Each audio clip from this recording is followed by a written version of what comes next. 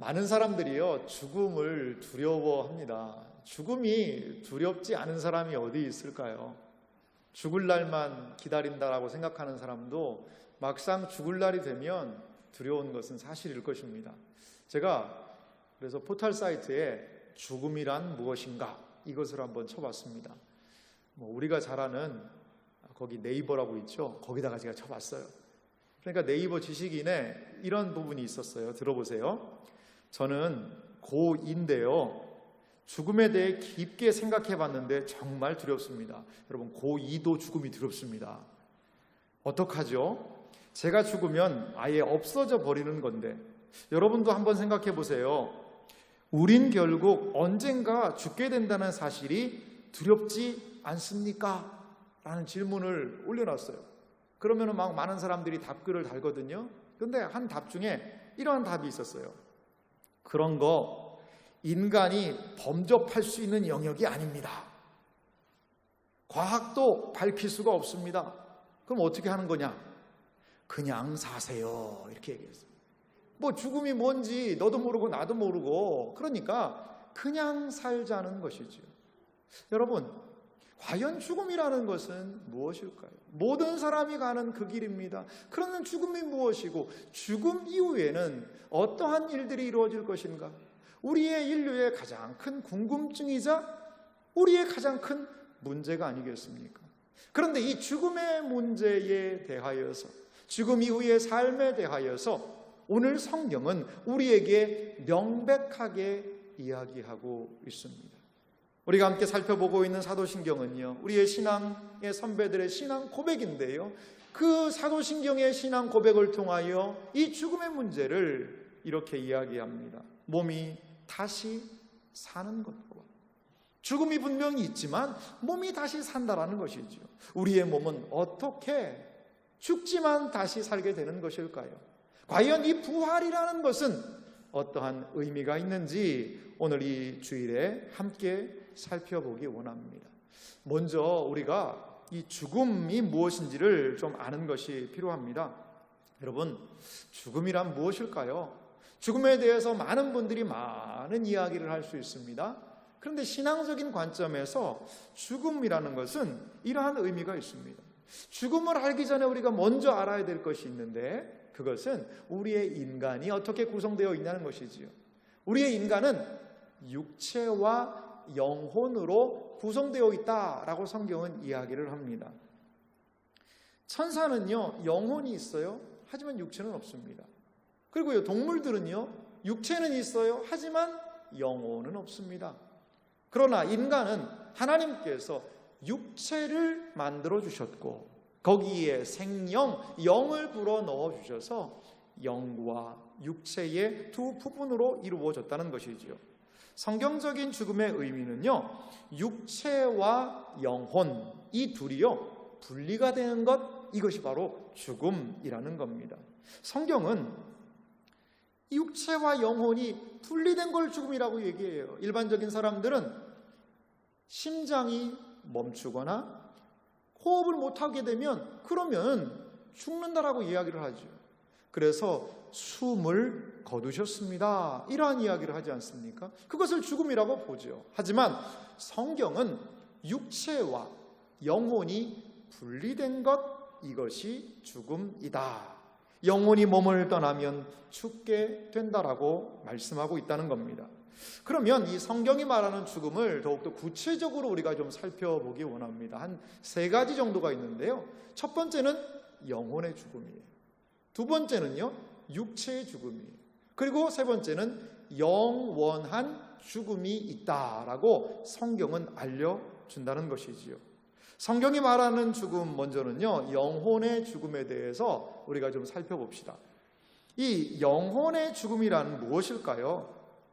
에베소서 2장 1절에 보니까요, 이러한 말씀이 있어요. 한번 말씀을 읽어보겠습니다. 그는 허물과 죄로 죽었던 너희를 살리셨도다. 여기서 너희를 이라는 너희는 에베소 교인을 이야기하지요. 에베소 교회의 성도들을 향하여서 무엇이라고 이야기합니까? 허물과 죄로 너희가 죽었었다는 겁니다. 여기서의 이 죽음은 육체적인 죽음과는 다른 죽음입니다. 육체적으로는 살아있지만 영혼이 죽은 하나님과 분리된 상태, 하나님과 분리된 상태를 영혼의 죽음이라고 이야기합니다. 영혼이 죄로 인해서 하나님과 관계에서 분리돼 버린 것이지요. 그러면 영혼이 죽은 사람은 하나님을 알지도 못하고 하나님을 사랑하지도 못하고 하나님께 순종하지도 못합니다. 그래서 하나님과의 영혼이 죽은 상태에서는 교제를 누릴 수가 없는 것입니다. 반대로 영혼이 살아난다는 것은 무엇일까요? 그것은 바로 우리는 중생 거듭남이라고 이야기합니다. 거듭나게 되면 하나님을 사랑할 수 있고 하나님의 뜻에 순종할 수 있으며 하나님과의 친밀한 교제가 가능하다는 것이지요. 두 번째로 성경이 말하는 죽음의 의미가 있습니다. 그것은 육체적인 죽음입니다. 여러분들 주보 안에 보면은요, 제가 작은 표를 하나 좀 넣어드렸는데요. 한번 좀 보시겠어요? 신자와 불신자의 최종 상태라는 이러한 작은 표를 하나 만들어 봤습니다. 죽고 어떻게 될까? 이것을 상당한 많은 분들이 어려워하시고 잘 모르겠다고 그래요. 그래서 이렇게 좀 깔끔하게 우리가 죽으면 어떻게 되나를 좀 정리를 해봤습니다. 자, 육체적인 죽음인데요. 사망이 있죠. 죽습니다. 신자만 죽습니까? 아니요, 그렇지 않아요. 불신자, 신자 다 죽습니다. 다 죽으면요, 어떻게 되죠? 신자와 불신자의 육체는, 몸은 무덤에 묻히게 되죠. 하지만 신자의 영혼은요, 낙원에 가게 되고요, 불신자의 영혼은요, 음부에 가게 되더라는 것이죠. 그래서 거지 나사로와 부자 이야기가 있는데요, 여기에서 예수님은 이러한 부분을 말씀해 주세요. 누가복음 16장 22절과 23절인데요 제가 읽겠습니다. 이에 그 거지가 죽어 천사들에게 받들려 아브라함의 품에 들어가고 부자도 죽어 장사되매. 거기 아브라함의 품이 나옵니다. 이 아브라함의 품이라는 것은 은유적인 표현으로 낙원을 상징하고 있어요. 부자는 어떻게 됐을까요? 23절 보니까요, 그가 음부에서 고통 중에 눈을 들어 멀리 아브라함과 그의 품에 있는 나사로를 보고. 부자가 간 곳을 성경은 음부다라고 성경은 분명하게 말씀하고 있습니다. 예수님과 함께 십자가에 달렸던 한 행악자, 그 사람에게 예수님이 하신 말씀이 무엇이었지요? 누가복음 23장 43절에 보니까요, 예수께서 이르시되 내가 진실로 내게 이르노니 오늘 내가 나와 함께 낙원에 있으리라 하시니라. 예수님께서는 돌이키고 회개한 이 행악자에게 네가 나와 함께 낙원에 있을 것이다. 그 사람의 죽은 육체는 땅에 매장됩니다.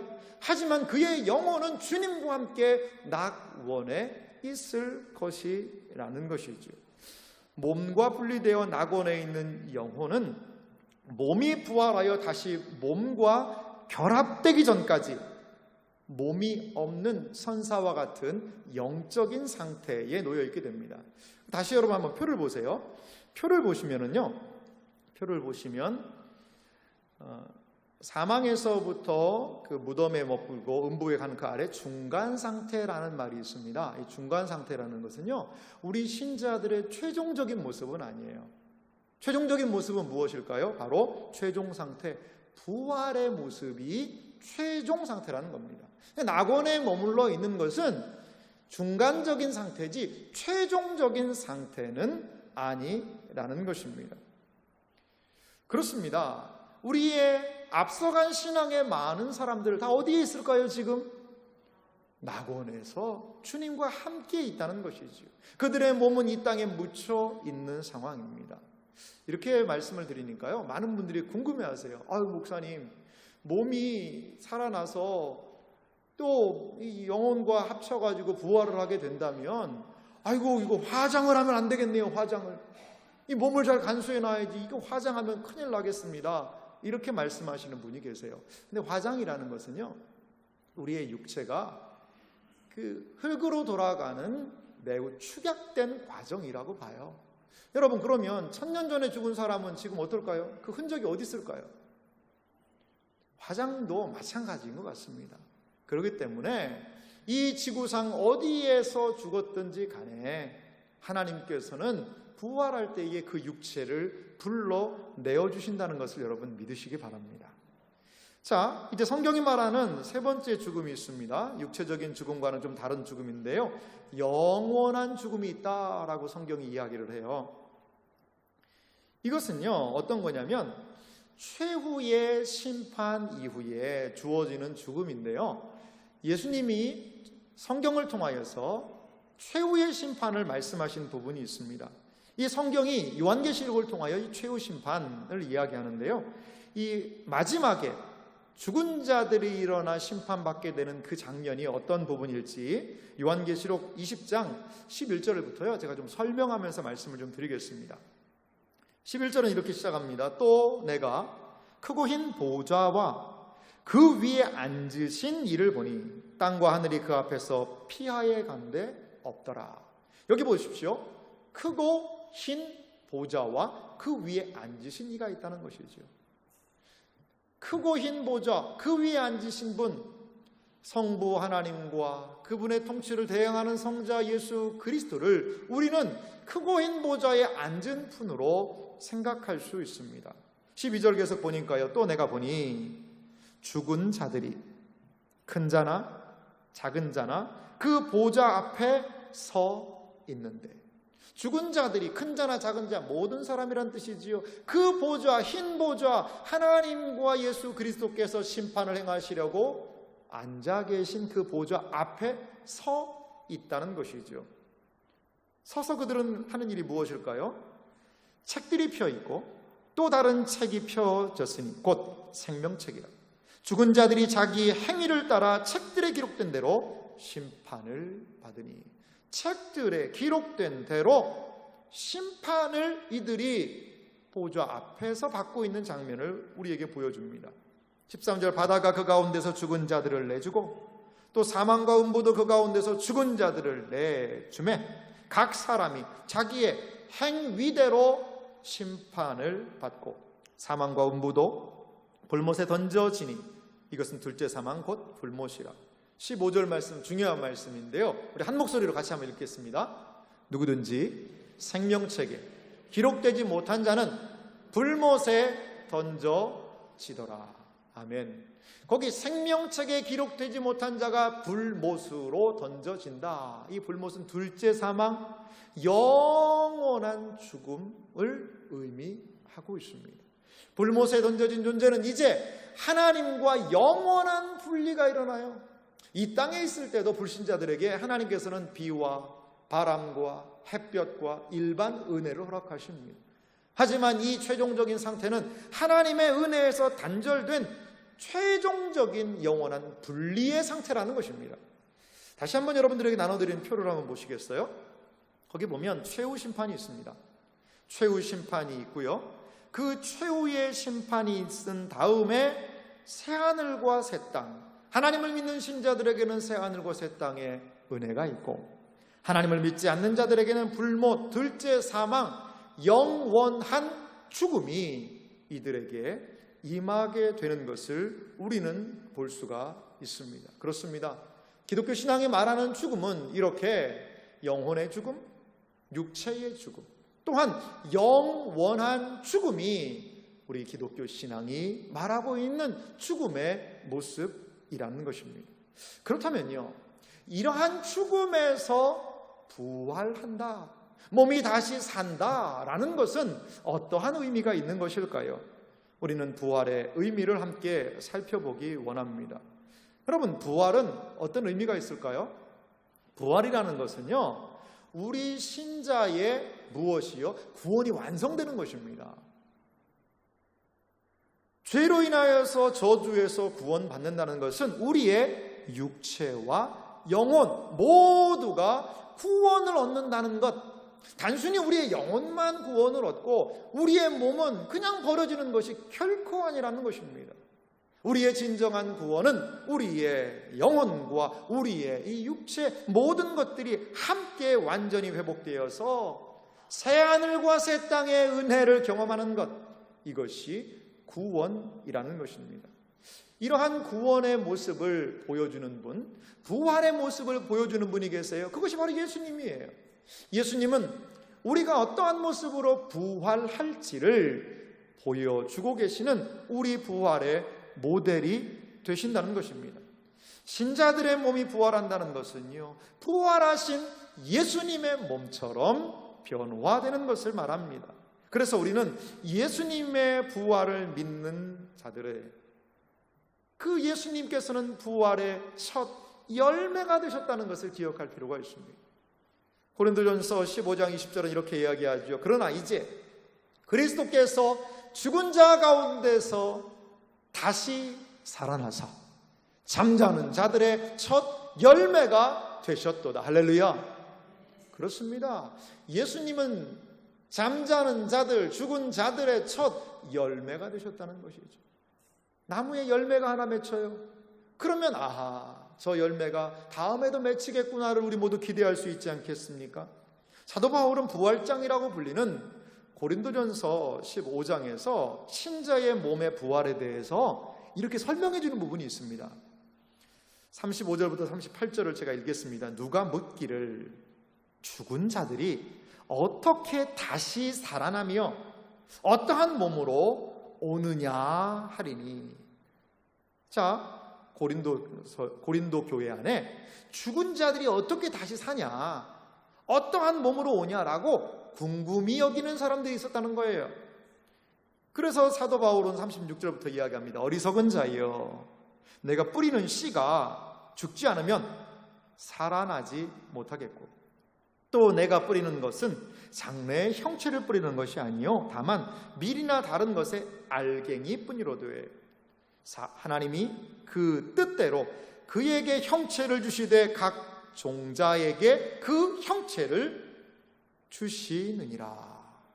이게 무슨 말이냐면 사도 바울이 씨앗을 비유하고 있어요. 당시 그 고린도 지역에는 이 헬라 철학이라는 것이 유행했습니다. 헬라 사람들은 뭘 생각했냐면 영혼이 사라지지 않는다, 영혼 불멸을 믿었어요. 하지만 그 사람들은요, 이 몸뚱어리, 육체는 부정한 것이고 끝이다라고 생각했습니다. 근데 바울은 그렇게 생각하지 않았어요. 이 육체도 다시 살아난다는 것입니다. 여러분, 우리가 지금 예수 잘 믿어서 그냥 좀 좋은 데 가면 끝이지, 아니요, 결코 그렇지 않습니다. 그렇게 혹여라도 생각하시는 분이 계시다면 오늘 성경의 말씀에 귀를 기울이십시오. 기독교 신앙은 몸을 중요하게 여깁니다. 우리의 몸이 다시 살아난다는 것이지요. 씨앗 하나를 보세요. 저희 사택 앞에 조그만 텃밭이 있는데요, 거기에다가 5월달쯤에 이 옥수수를 좀 심어봤습니다. 근데 옥수수, 여러분, 옥수수 알갱이 하나가 얼마나 할까요? 이 손톱보다 작습니다. 이 손톱만, 새끼 손톱보다 작은데요, 그거 조그만 옥수수 하나를 딱 심었어요. 옥수수 심을 때 어떤 분이 그 얘기 하더라고요. 정말 이게 날까요? 그런 얘기를 하시더라고요. 조그만 거 심었는데 이게 정말 날까요? 이렇게 물어보더라고요. 근데 여러분, 예배 마치고 한번 가보세요. 지금은요, 그 키가 한 2m를 넘어요. 그 조그만 알갱이 하나 씨앗을 심었을 때 이게 뭐 어떻게 될까라고 했는데, 전혀 씨앗을 심을 때는 상상할 수 없는 그 커다란 옥수수가 거의 나무를 이루고 있다는 것이지요. 부활도 마찬가지라는 것입니다. 우리가 죽고 나면 어떻게 부활이 될까? 죽어서 부활된다는 것이 무엇이지? 정말 그렇게 될까? 마치 죽음이라는 씨앗 안에 심겨지게 되면 죽음이라는 과정을 거치고 나서 하나님의 능력으로 우리가 상상할 수 없는 영광스러운 몸, 지금과는 다른 부활의 몸이 될 것을 성경이 말씀하고 있는 것을 믿으시기 바랍니다. 이것이 바로 부활의 모습이라는 것입니다. 그러면 우리는 궁금해져요. 언제 이렇게 부활이 될까? 나는 언제 부활이 그럼 될까? 신자의 부활은 결론적으로 예수님이 재림하실 때에 이루어지게 됩니다. 고린도전서 15장 22절에서 3절 보니까요, 이 부활의 그 때에 대해서 이렇게 얘기를 하세요. 아담 안에서 모든 사람이 죽은 것 같이 그리스도 안에서 모든 사람이 삶을 얻으리라. 그러나 각각 자기 차례대로 되리니. 자, 모든 사람이 삶을 얻는데요, 차례가 있다는 겁니다. 어떤 차례일까요? 먼저는 첫 열매인 그리스도요. 먼저는 예수님, 첫 열매인 그리스도께서 부활하셨습니다. 다음에는, 그 다음 부활은 누구일까요? 그가 강림하실 때에, 재림하실 때에 그리스도에게 속한 자요. 예수님이 강림하실 때에, 다시 오시는 재림의 때에 그리스도에게 속한 자들은 부활하게 된다. 이것이 성경의 가르침임을 여러분 믿으시기 바랍니다. 자, 예수님은요, 근데 놀라운 이야기를 하셨어요. 이 부활이라는 게요, 신자들만 부활하는 것이 아니라는 거예요. 이게 무슨 말인가? 아니, 난 부활하려고 예수님 믿었는데, 그럼 예수님 안 믿어도 부활하나? 맞습니다. 신자들만 부활하는 것이 아니라는 것입니다. 이건 제 말이 아니에요. 예수님의 말씀이에요. 요한복음 5장 28절 9절 말씀을 제가 읽겠습니다. 이를 놀랍게 여기지 말라. 무덤 속에 있는 자가, 죽은 자들이겠지요, 다 그의 음성을 들을 때가 오나니 선한 일을 행한 자는 생명의 부활로, 악한 일을 행한 자는 심판의 부활로 나오리라. 예수님께서는 죽은 자들이 그의 음성을 들을 때, 예수님이 재림하셔서 그 모든 죽은 자들을 살리는 날을 이야기하시면서요, 선한 일을 행한 자, 신자들은 생명의 부활로, 악한 일을 행한 자는 심판의 부활을 당하게 된다라고 말씀하고 있습니다. 이것은 사도 바울 선생님도 이렇게 얘기해요. 사도행전 24장 15절에 보니까요, 그들이 기다리는 바 하나님께 향한 소망을 나도 가졌으니 곧 의인과 악인의 부활이 있으리라 함이니라. 그렇습니다. 의인과 악인 모두 부활합니다. 여러분, 표를 다시 한번 보시기 바랍니다. 표를 한번 보시면은요, 자, 예수님의 재림이 표시가 되어 있죠. 예수님의 재림이 있습니다. 그 다음에 부활이 돼요. 그러면 신자는 낙원에 있는 영혼과 땅에 있는 육체가 합하여서 생명의 부활을 하게 됩니다. 그리고 불신자는요, 땅에 있는 육체와 음부에 있는 영혼이 예수님의 재림의 때에 부활을 해서 심판의 부활을 하게 된다는 것이지요. 그래서 생명의 부활과 심판의 부활을 한 부활의 존재가 최후의 심판을 받아 신자에게는 새하늘과 새 땅의 은혜로, 그리고 불신자에게는 영원한 죽음, 불못, 둘째 사망으로 나아가게 된다는 것, 이것이 바로 기독교 신앙이 얘기하고 있는 우리가 죽어서의 모든 과정이라는 것입니다. 그렇다면요, 이러한 부활을 일으키시는 분은 과연 누구실까요? 이 부활은 누구에 의해서 일어나게 되는 것일까요? 부활은요, 삼위 하나님의 역사로 인하여 일어난다는 것을 믿으시기 바랍니다. 예수님께서는 부활의 첫 열매로 친히 부활을 보여주셨어요. 성령께서는요, 예수님 안에 있는 부활을 우리에게도 적용시켜 주십니다. 그래서 예수님을 믿는 자, 예수님과 연합하여 하나가 된 자들에게 부활을 이루게 하시는 분이 또한 성령 하나님이심을 믿으시기 바랍니다. 성부 하나님이 하시는 일은 무엇일까요? 우리의 부활의 모든 것을 주도적으로 이끄시는 분, 그분이 바로 성부 하나님이시라는 겁니다. 어떤 분이요, 이 신장이 안 좋아서 신장 이식 수술을 받았다라는 이야기를 들어봤습니다. 여러분, 신장을 이식한다는 것 엄청난 일 아니겠습니까? 내 몸의 안에 있는 것이 아니에요. 다른 사람의 몸에 있는 장기를 이식받는다는 것, 얼마나 정교한 수술이 요구될까요? 핏줄과 힘줄과 근육과 모든 것들을 다 잘 연결시켜야 되는 그 복잡한 수술입니다. 그런데 어떻게 그것을, 이 복잡한 수술을 어떻게 할 수 있습니까? 나는 못 믿겠습니다. 이런 사람 없거든요. 그 선생님이 이런 임상 케이스들이 있으면 그 선생님 믿고 그 어려운 수술 맡기고 하는 겁니다. 마찬가지죠. 부활이 우리가 생각할 때는 이게 어떻게 이루어질 수 있을 것인가? 복잡하고 상상도 안 되고 우리의 경험으로 알 수 없는 일이지만, 부활의 주인이 되시고 부활을 주체적으로 이끄시는 하나님께서 우리를 부활시키실 줄 믿습니다. 예수님께서는요, 마르다에게 이렇게 이야기합니다. 요한복음 11장 25절인데요. 예수께서 이르시되 나는 부활이요 생명이니 나를 믿는 자는 죽어도 살겠고 무릇 살아서 나를 믿는 자는 영원히 죽지 아니하리니 이것을 내가 믿느냐. 할렐루야. 그렇습니다. 마르다에게 부활의 소망에 대한 믿음을 우리 주님은 요구하고 계십니다. 예수님께서는 능히 살리실 수 있는 분이십니다. 우리의 부활은 삼위 하나님의 손에 달려 있음을 믿으시기 바랍니다. 그렇다면 우리가 궁금한 게 있어요. 어떤 몸이 될까? 부활한다고 그러는데 부활하는 몸은 과연 어떤 몸일까? 이것이 매우 궁금합니다. 먼저 우리가 생각할 것이 있는데요. 그것은 몸의 부활은요, 낮은 몸을 영광의 몸으로 바꾸신다는 겁니다.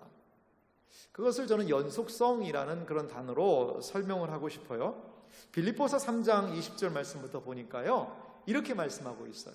그러나 우리의 시민권은 하늘에 있는지라 거기로부터 구원하는 자 곧 주 예수 그리스도를 기다리노니 그는 만물을 자기에게 복종하게 하실 수 있는 자의 역사로 우리의 낮은 몸을 자기 영광의 몸의 형체와 같이 변하게 하시리라. 할렐루야.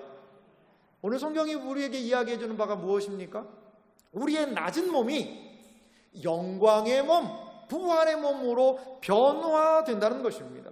부활은요, 신자가 변화되는 과정이라는 것입니다. 즉 영화롭게 되는 최고의 과정이 바로 부활이라는 거예요. 부활은요, 우리가 이 모든 것들이 없어지고 뭔가 다른 존재가 생기는 것이 결코 아니라는 것입니다. 우리의 연약한 몸이 점점점 낮은 몸이 영광의 몸으로 변화하여 나아가는 과정이 바로 부활이라는 것입니다. 그래서 부활은 지금 우리의 모습과 어떻게 해요? 이어져 있다는 것이지. 이어져 있다는 것이. 이 부활의 그래서 연속성입니다. 지금 나의 모습이 최종적으로 부활할 모습과 연결되어 있다는 것입니다. 그렇기 때문에 우리는 이 땅에서 점점 거룩해지는 그 성화의 삶을 살아나가야 되는 겁니다. 그냥 막 살면 되는 것이 아니라 내가 점점 더 거룩함으로 나아가고 최종적으로 하나님께서는 나를 부활시켜서 영화로운 모습의 존재를 만들어줄 것이다 라는 소망을 가지고 살아야 한다는 것이지요. 또 하나 부활의 몸의 특징이 있는데요, 우리의 육의 몸을요 영의 몸으로 바꾸는 그런 측면이 있습니다. 이 성경은요 육의 몸이 영의 몸이 된다라고 이야기합니다. 그걸 저는 불연속이다라고 이렇게 적어놨는데요, 고린도전서 15장에 보니까 이런 말씀이 있어요. 42절부터 읽겠습니다. 죽은 자의 부활도 그와 같으니 썩을 것으로 심고 썩지 아니할 것으로 다시 살아나며 욕된 것으로 심고 영광스러운 것으로 다시 살아나며 약한 것으로 심고 강한 것으로 다시 살아나며 육의 몸으로 심고 신령한 몸으로 다시 살아나나니 육의 몸이 있은즉 또 영의 몸도 있느니라. 고린도전서 15장에 보니까요, 육의 몸, 영의 몸을요 분리시켜서 이야기합니다. 전혀 다른 몸이라는 것이지요. 썩을 것, 썩지 아니할 것, 욕된 것, 영광스러운 것, 약한 것, 강한 것, 육의 몸, 신령한 몸, 완전히 다른 몸이 되었다는 것이죠. 분명히 연결되는 부분이 있습니다. 하지만 부활은 우리를 완전히 다른 몸으로 만든다는 것입니다. 부활은요 육의 몸과는 다른 영의 몸입니다. 결코 죄와 무관한 몸이 될 것입니다. 연약하여서 범죄하는 몸이 아니라 영으로 순종하는 몸이 된다는 것입니다. 부활은요 우리가 죄 지을 수 없는 몸이 되어 온전하게 주님을 순종하게 하는 그러한 몸이 된다는 것입니다. 여러분 30년 된 어떤 분이 작은 차를 타고 다녔다고 생각해 보세요. 그런데 은혜를 참 너무나 놀라운 일이 벌어져서 엄청나게 좋은 세단 차를 한 대 새 차를 구입했다고 생각해 보세요. 여러분 30년 단 그 차와 이 새롭게 이 좋은 차는 같은 차입니까? 다른 차입니까? 차라는 것은 같을 수 있어요. 그렇지만 완전히 다른 차입니다. 그렇습니다. 하나님께서는 우리에게 완전하게 온전한 영의 몸을 허락해 주셔서 더 이상 죄와는 무관한 그러한 몸을 우리에게 허락해 주신다. 이것이 부활의 몸의 의미라는 것입니다. 마지막으로 부활의 몸은요, 땅의 몸을 하늘의 몸으로 바꾸는 일이 바로 이 부활이라는 것이 의미입니다. 고린도후서 5장 4절에서 5절 말씀 보니까요, 제가 4절 읽겠습니다. 참으로 이 장막에 있는 우리가 짐진 것 같이 탄식하는 것은 벗고자 함이 아니요 오히려 덧입고자 함이니 죽을 것이 생명에 삼킨 바 되게 하려 함이라. 이 부분 좀 설명이 좀 많이 필요한데요, 이 장막에 있는 우리다라는 것은 어떤 의미가 있냐면 우리 몸을 얘기해요. 고린도후서 5장에 보면 장막을 우리의 몸에 비유하고 있습니다. 이 장막에 있는 우리가요, 짐진 것 같이 탄식한다는 겁니다.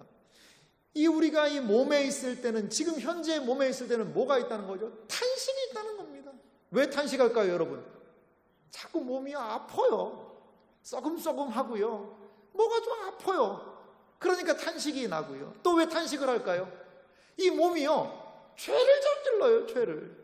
하나님 뜻 보시기에 온전하게 살고 싶은데 이 몸이요, 연약해서 육신의 소욕에 반응해가지고 막 죄를 저질러요. 그러니까 뭐합니까? 탄식합니다. 이게 이 땅에 있는 몸의 특징입니다. 그런데 오늘 성경은 또 무엇을 이야기하고 있냐면 우리가 다른 몸을 덧입고자 한다는 것이죠. 덧입는다는 것입니다. 그래서 죽을 것이 생명에 삼킨 바 되게 하려 합니다. 이 죽을 몸이 생명으로 삼킨 바 된 부활의 몸으로 덧입는 날이 온다는 것이지요. 이 땅에 살기에, 우리는 죄 많은 이 세상에 살기에 어쩌면 이 몸은 적합할 수 있어요. 하지만 하나님께서는 우리의 몸을 새롭게 덧입히셔서 새 하늘과 새 땅, 하나님의 놀라운 은혜에 살기에 적합한 몸으로 바꾸신다는 것을 여러분 믿으시기 바랍니다. 이 몸 가지고요, 그냥 주름살이 있는데 주름살 조금 펴지고, 허리가 조금 구부러졌는데 허리가 조금 펴지고, 그 정도로 여러분 영원히 산다라고 생각해 보세요. 그게 과연 복일까요, 저주일까요? 우리에게 하나님께서는 하늘의 삶, 새 하늘과 새 땅의 삶을 살기에 적합한 몸으로 우리를 바꿔주신다는 것을 여러분 믿으시기 바랍니다.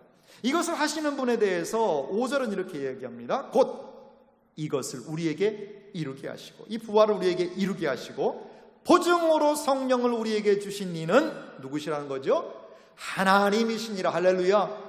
하나님께서 이 부활을 우리에게 이루심을 믿으시기 바랍니다. 이 부활에 대한 보증, 다른 말로 하면 보증금으로 무엇을 주셨다는 것이지요? 성령을 우리에게 허락해 주셔서 우리로 하여금 경험할 수도, 생각할 수도, 우리가 상상할 수도 없는 놀라운 부활의 역사를 성령을 우리에게 보증금으로 주시면서까지 우리에게 부활을 이루어 주신다는 것입니다. 사랑하는 성도 여러분, 부활은요, 우리가 누리는 영원한 삶에 걸맞는 몸을 덧입는 과정이라는 것입니다. 이것을 기억하면서 우리는 이 땅을, 이 부활의 몸을 꿈꾸며 살아야 할 줄 믿습니다. 사랑하는 성도 여러분, 몸의 부활을 우리는 사모해야 합니다. 우리는 부활을 사모하는 사람, 그 사람이 우리 신자들이 되어야 할 것 같아요. 예수님의 재림을 우리가 고대하는 이유가 무엇일까요? 예수님께서 재림하실 그때에 우리가 온전하게 예수님과 같이 부활의 몸을 덧입게 되는 날, 그날을 사모하는 날이 바로 예수님의 재림의 날입니다. 고린도전서 15장 부활장을 마무리하며 사도 바울 선생님은 우리에게 이렇게 권면하고 있습니다. 57절과 58절 말씀을 우리 한 목소리로 같이 읽겠습니다. 우리 주 예수 그리스도로 말미암아 우리에게 승리를 주시는 하나님께 감사하노니, 그러므로 내 사랑하는 형제들아, 견실하며 흔들리지 말고 항상 주의 일에 더욱 힘쓰는 자들이 되라. 이는 너희 수고가 주 안에서 헛되지 않은 줄 알미라. 할렐루야. 부활을 사모하며 이 땅에서 수고하는 모든 심령들, 결코 그 모든 일이 헛되지 않을 줄 믿습니다. 주님의 부활을 사모하며 이 땅에서 참고 인내하며 나아가는 모든 신자들에게 우리가 부활할 수 있다는 것은 소망이자 위로가 될 줄 믿습니다. 이 땅을 살아가면서 부활의 소망을 갖고 살아가는 우리 신자들이 되기를 간절히 소망합니다. 부활하는 신자는 천사도 흠모하는 영광스러운 존재가 될 것입니다. 몸이 다시 사는 것은 믿는 것은, 몸이 다시 산다는 것을 믿는 것은 우리의 진정한 위로이자 소망입니다. 부활의 아침을 사모하며 복된 신자의 삶을 사시는 여러분들이 되시기를 주님의 이름으로 축원합니다. 이 시간 같이 말씀